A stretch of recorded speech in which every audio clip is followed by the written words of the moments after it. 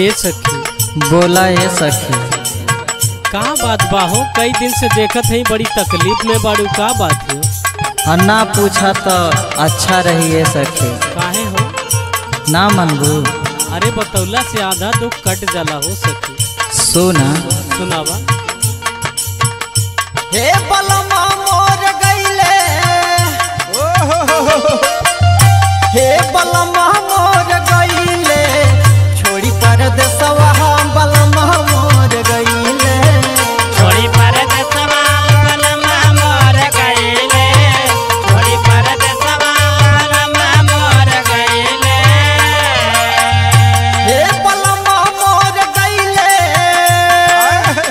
हे बलमा मोर गईले, छोड़ी परदेसवा बलमा मोर गईले, छोड़ी परदेसवा बलमा मोर गईले, छोड़ी परदेसवा बलमा मोर गईले।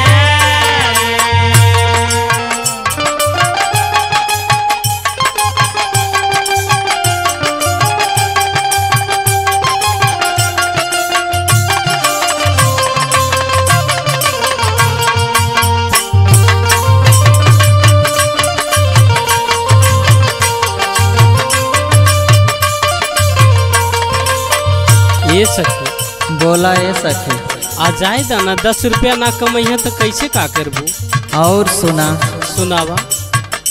हाँ याद बढ़िया वह जबा फेरी करवटिया हो, फेरी करवटिया हो, फेरी करवटिया हो, फेरी करवटिया हो, फेरी करवटिया हो।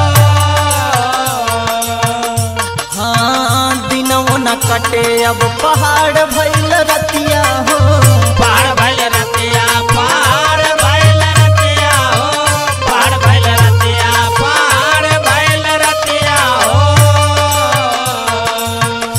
हाँ याद बढ़िया वह जबा फेरी करवटिया हो, दिनों न कटे अब पहाड़ भइल रतिया हो।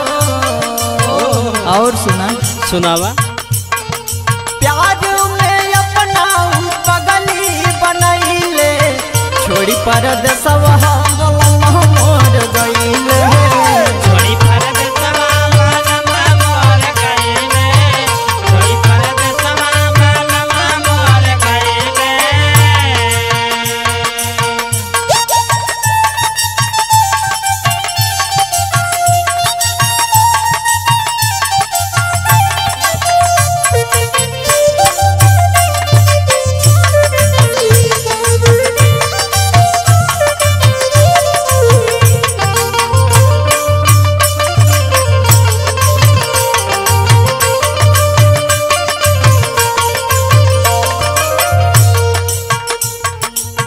और सुना ए सखी।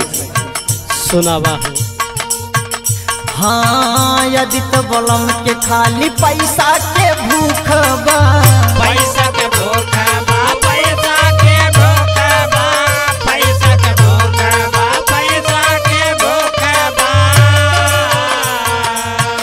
हाँ उनका बिना सखी हो तो बड़ा दुख बा, हो तो बड़ा दुखा बा, हो तो बड़ा दुखा बा, हो तो बड़ा दुखा बा, हो तो बड़ा दुखा बा। आदित्य बलम के खाली पैसा के भूख बा, उनका बिना सखी हो तो बड़ा दुख बा। अरे अमर जीत देवरा भी, अरे अमर जीत देवरा भी जियरा जरैले, छोड़ी परदेसवा बलमा मोर गईले,